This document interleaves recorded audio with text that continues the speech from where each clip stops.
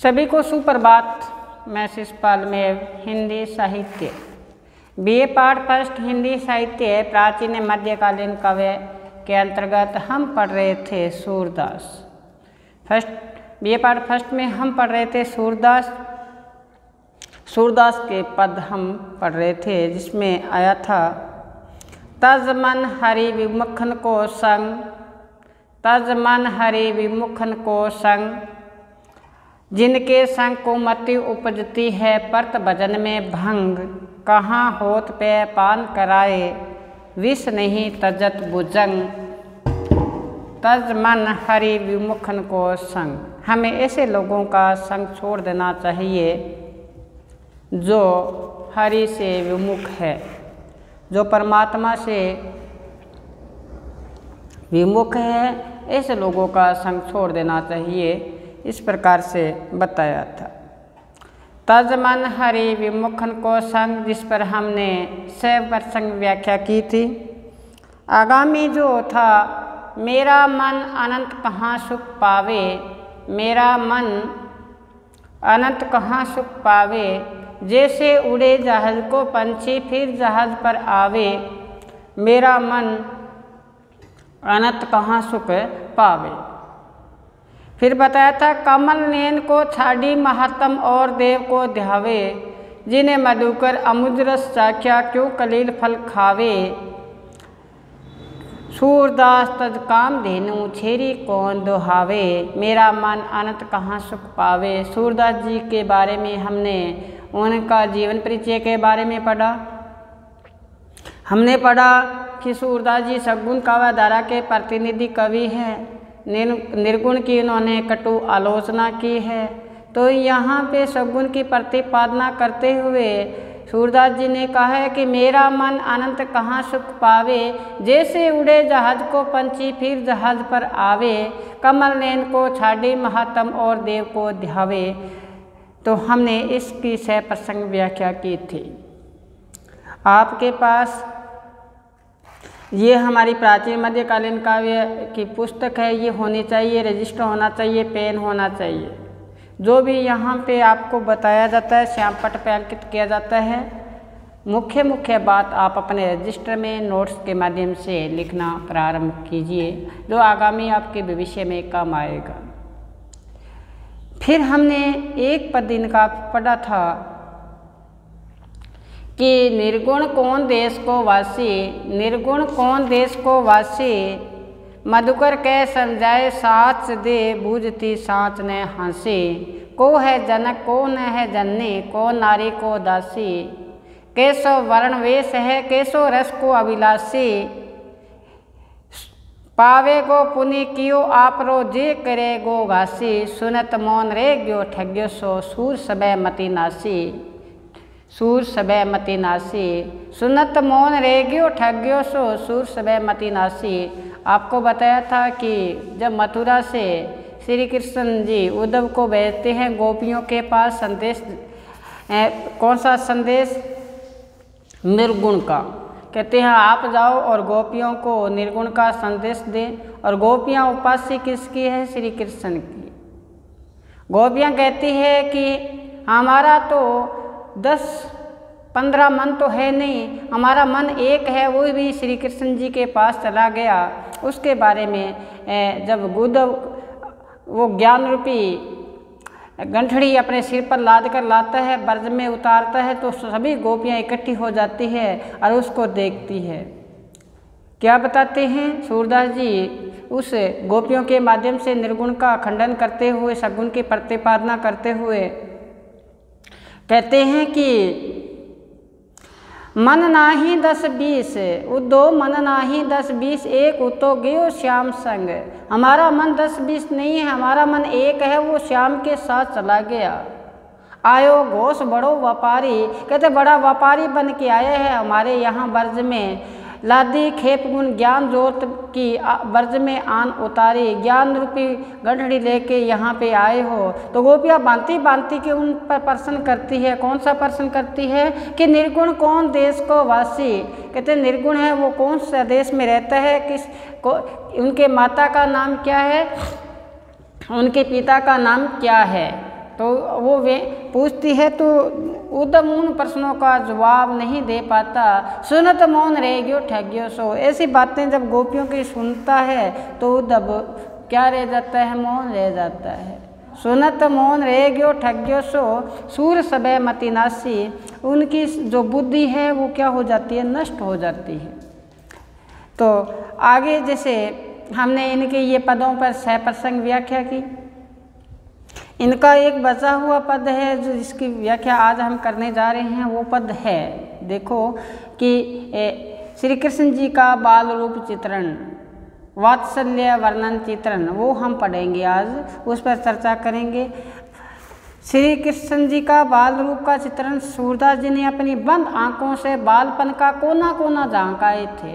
देखो कि श्री कृष्ण जी का बाल रूप का जो चित्रण किया है सूरदास जी ने अपनी बंद आंखों से बालपन का कोना कोना झांकाए।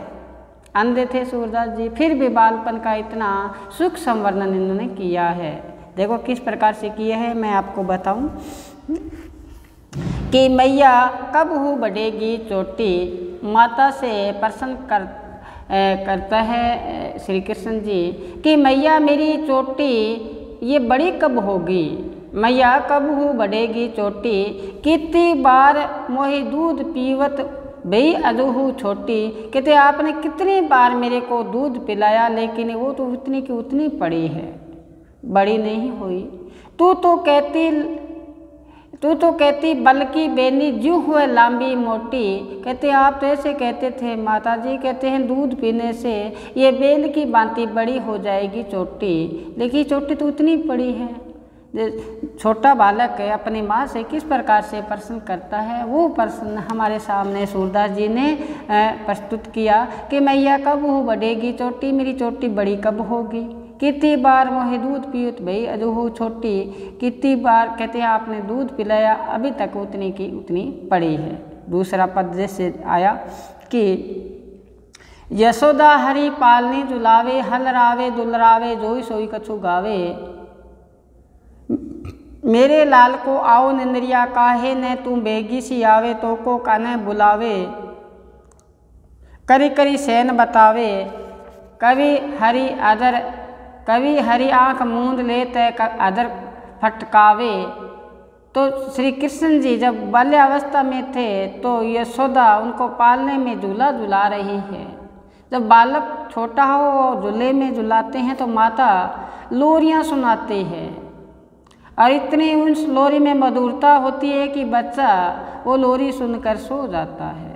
यशोदा हरि पालने झुलावे, यशोदा माता हरि श्री कृष्ण जी को पालने में झूला दे रही है। हल रावे दुलरावे जोई सोई कछु गावे। कहते हैं उस झूलने को कभी आगे पीछे करती हुई कहते जोई सोई कछु गावे, एक राग में एक कहते हैं लोरियां सुना रही है।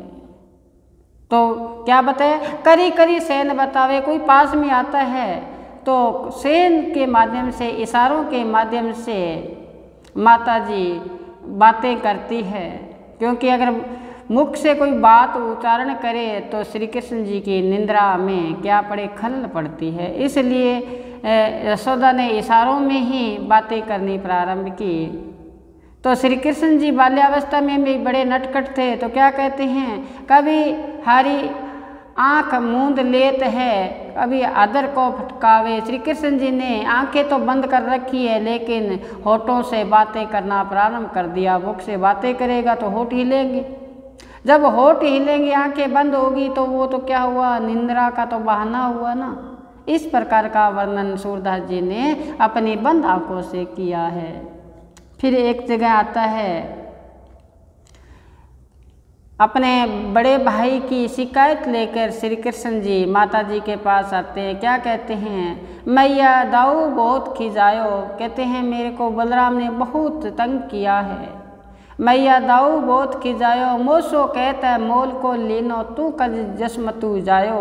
कहते हैं मेरे को कहते हैं तेरे को मोल लेके आए हैं, तू कब का, कहते हैं हमारा यशोदा का और नंद बाबा का बेटा हुआ, तेरे को क्या लेके आए हैं, मोल लेके आए हैं। देखो छोटा सा बालक को अगर उसको कह दे कि तू इस घर का पात्र नहीं है तो वो कोमल हृदय हो उसको कैसा लगेगा।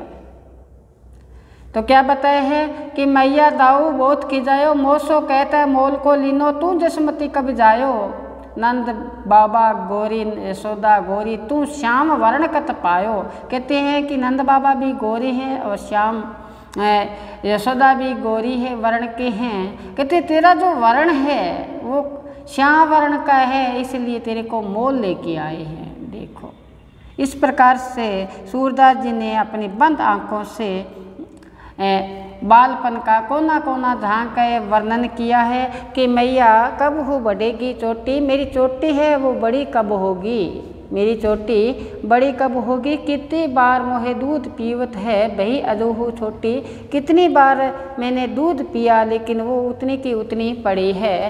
ठीक है, तू तो कहती बल्कि बेनी ज्यों हुए लांबी मोटी, तू तो कहती बल्कि बेनी ज्यों हुए लांबी मोटी, आपने दूध पिलाया बड़ी हुई नहीं, वैसी की वैसी पड़ी है। तो सूरदास जी ने इस प्रकार से वर्णन किया है। और कवि श्री कृष्ण जी चंद्रमा रूपी खिलौना मांगने की जिद कर लेते हैं। तो क्या कहते हैं, मैया मैं तो चंद खिलौनों ले हूँ, मैया मैं तो चंद्रमा रूपी खिलौना लूँगा, चंद्रमा है आसमान में वो खिलौना लूँगा। देखो तो कहते हैं जी लोटी धरनी अब वो तेरी गोद नहीं हो, कहते हैं वो चंद्रमा है वो खिलौना मेरे को ला के दोगे तो ठीक है, नहीं तो आपकी गोद में नहीं आऊँगा, मैं तो इस धरातल पर बैठ जाऊँगा। तो क्या बताए हैं, जो लोटी धरनी अब हो तेरी गोद ने हो, अगर आपने चंद्रमा का खिलौना नहीं दिया तो मैं आपकी गोद से उतरकर इस धरा पर धूल में लेट जाऊंगा। जिद करता है, बालक छोटा होता है तो श्री कृष्ण जी इस प्रकार से माता से जिद करते हैं। सुरभि को पेय पान नहीं करूँ, कहते गाय का दूध का मैं अब फिर पान नहीं करूँगा, दूध नहीं पीऊँगा, गाय का दूध नहीं पीऊँगा, सिर्फ न बेने सिर ने गेहूँ की, जो आपने चोटी मेरे बना रखी है वो चोटी भी मैं नहीं रखूँगा। और फिर बताया पूत नंद बाबा को, कहते तेरा पुत्र ही नहीं बनूंगा, पुत्र किसका बन जाऊंगा, नंद बाबा का। मैया चंद खिलौनों ले हूँ, मैं तो कौन सा खिलौना लूँगा, चंद्रमा रूपी चंद्रमा का खिलौना लूँगा। आगे बताया आगे आओ बात सुनो मेरी बलदेव ने जनहू, कहते मैं यशोदा पुकारती है श्री कृष्ण जी को, कहते मेरे पास में आ बेटी, मेरे पास में आ और धीरे से तेरे कान में एक बात कहती हूँ, वो बात बलराम को मत कहना, वो बात बलराम को मत कहना, मैं आपके एक बात कहती हूँ। कौन सी बात, कहते हैं हंसे समझाए कहते हो जसमती ये नई दुल्हनिया देहू। हंसते हुए माता यशोदा ने श्री कृष्ण जी को कहा, एक कान में धीरे से बात कही कि आपके लिए नई दुल्हनियाँ ला के दूँगा, आपके लिए नई दुल्हनियाँ ला के दूँगा। तो नटखट श्री कृष्ण जी क्या कहते हैं, तेरी सो मेरी सुन मैया अब बिराओ जे हो, कहते हैं कि सौगंध लगे कि अभी ला के दे, इसमें अवसर मत लगा, अभी ला के दे। सूरदास होया कुटिल बराती गीत सुमंगल ले हो, सूरदास जी के माध्यम से कहते हैं कि मेरी बराती में नटखट बालक जाएंगे और मंगलाचरण गीतों का उच्चारण होगा। बालक जब ऐसी बातें कहते, छोटा बालक होता है उसको किस प्रकार से अंदर खुशी मचलती है, उसका वर्णन यहाँ पे किया गया है। तो ये पद था हमारा बचा हुआ, जिस पर हमने सह प्रसंग व्याख्या की। एक पद और बचा हुआ है, उस पर हम चर्चा करने जा रहे हैं। कौन सा, अविगत गति कुछ कहत ना पावे, अविगत गति कछु कहत न पावे, अविगत गति कुछ कहत न पावे, जूं गूंगे मीठे रस को अंतर्गत ही भावे, मन मानी को अगम अगोचर जो जाने सो पावे। इस पर हम सह प्रसंग व्याख्या करें। इस पद में भी निर्गुण का खंडन, सगुण की प्रतिपादना, सगुण का यशोगान किया गया है। वो जो मैंने आपको बात बताई थी, जब उद्धव आता है ब्रज में संदेश लेके निर्गुण का, गोपियाँ उस संदेश से, श्री कृष्ण जी के संदेश से खुश न होती हुई वो व्यंग्य करती है, बताती है कि हम तो कहते हैं ब्रज में सदैव जो उपासना करने वाले हैं गोपियाँ, वो तो किसकी है, श्री कृष्ण की। वो यहाँ पे बताया है। उद्धव को गोपियाँ कहती है अविगत गति कुछ कहत न पावे, अविगत जहाँ जाया न जा सके, जहाँ पहुँचा न जा सके, गति सीमा कहत ना पावे। कहते हैं जहाँ तक हम पहुँच ही नहीं सकते, जहाँ तक अगम्य है, दुर्गम है, वहाँ पर जा ही नहीं सकते, तो ऐसी महिमा का, निराकार का गुण क्यों गाए। देखो निराकार तो जैसे कबीरदास जी ने कहा था, जहाँ के सिर माथा नहीं, ना ही रूप कुरूप, पहुँच बात से पात्रा, ऐसा ततप अनूप। निराकार है, कहते हैं वो तो जो फूल में खुशबू आती है उससे भी जीना है। और यहाँ साकार की बात हो रही है, तो साकार रूप में श्री कृष्ण जी है। तो जो कठिनता बताई है मार्ग में निर्गुण की और सगुण की, कहते सगुण पाना आसान है और निर्गुण पाना दुर्लभ है, वो बात यहाँ बताई है कि अविगत गति कुछ कहत न पावे, जो गूंगे मीठे रस को अंतर्गत ही भावे। कहते निराकार को प्राप्त करना तो इस प्रकार से है, कोई गूंगा व्यक्ति हो, कोई मीठा फल खा रहा हो, आप उससे जाकर पूछो इसमें क्या आनंद आ रहा है, तो वो आपको बता नहीं पाएगा, आपके सामने मुस्कुराएगा। वो स्थिति किसकी है, निराकार की है। तो क्या बताए, जो गूंगे मीठे रस को अंतर्गत ही भावे। कहते गूंगा व्यक्ति अगर कोई रस का पान कर रहा हो, मीठा फल खा रहा हो, उसकी अनुभूति उसी को होती है, दूसरे को नहीं होती। तो साकार में ऐसा नहीं है, साकार में सभी को अनुभूति होती है। फिर बताया कि मन माने को अगम अगोचर जो जाने सो पावे। कहते आपके निराकार है जो, ये मन माने से आगे है, ये मन बुद्धि के दायरे से ऊपर है। जो पाता है वही जान पाता है, जो जाने सो पावे। जो जान पाता है वही उस बात को जान पाता है। कहते न तो उसकी रूप है न रेखा है, रूप रेख गुण जाति जुगति, न उसकी कोई जाति है, न उसकी किस युक्ति से उसको प्राप्त किया जाए। निरालंबित दावे, बिना सहारे हम किस प्रकार से उसको प्राप्त करें, बिना आधार उसको कैसे प्राप्त करें। सब विधि अगम विचार ही, सूर ताते सगुन पद गावे। कहते सब बातें सोचकर सूरदास जी कहते हैं मैंने कौन सा गुण गाना शुरू किया है, साकार रूप का, सगुण का गुण गाना शुरू किया है। सब विधि अगम विचार के, अगम की बात सब विधि को मैंने सोच समझकर मैंने गुण गाना प्रारंभ किया है। तो वो कौन सा किया है, साकार रूप का।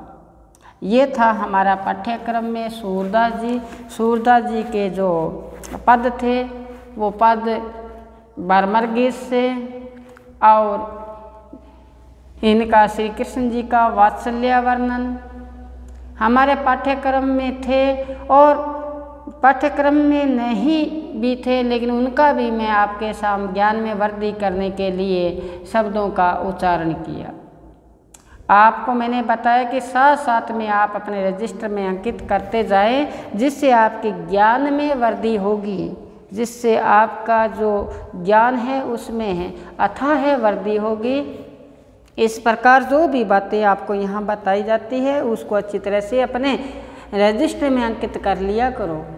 तो आलस्यवृत्ति को त्याग कर अपने जो यहाँ पद बताए जाते हैं, श्यामपट पे लिखे जाते हैं, जो बोले जाते हैं, उसको रजिस्टर में अंकित कर लें, ताकि आने वाले समय में वो हमारे मददगार सिद्ध हो सके, हम अन्य से भिन्न हो सके।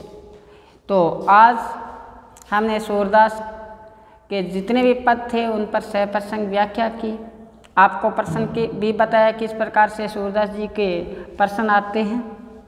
जिस प्रकार से आपको मैंने बताया कि 3 प्रकार के सूरदास जी के प्रश्न आएंगे आपके पास मुख्य एग्जाम में। एक प्रश्न तो पूछ सकता है सूरदास की भक्ति पर प्रकाश डालिए। कौन सा प्रश्न, सूरदास जी की भक्ति पे आएगा। दूसरा जो प्रश्न आएगा वो आएगा सूरदास जी ने अपनी बंद आँखों से बालपन का कोना कोना झांकाए। सूरदास जी ने अपनी बंद आंखों से बालपन का कोना कोना झांकाए।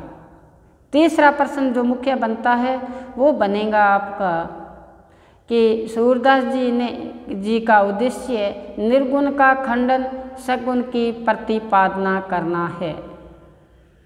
क्या कि सूरदास जी का मुख्य जो उद्देश्य है वो निर्गुण का खंडन और सद्गुण की प्रतिपादना करना है। इस पर अपने शब्दों में विचार लिखिए। इस प्रकार से प्रश्न पूछे जाएंगे। इनके जो लिखे हुए ग्रंथ कौन कौन से हैं, इनका जीवन परिचय के बारे में हमने खूब गहराई के साथ जाना। आज हम यही विराम देते हुए आगामी वीडियो में नए टॉपिक के साथ हाजिर होंगे। तब तक आप घर पर रहें, सुरक्षित रहें और मुख्य ध्येय हमारा पढ़ना है। पढ़ते रहिए। धन्यवाद।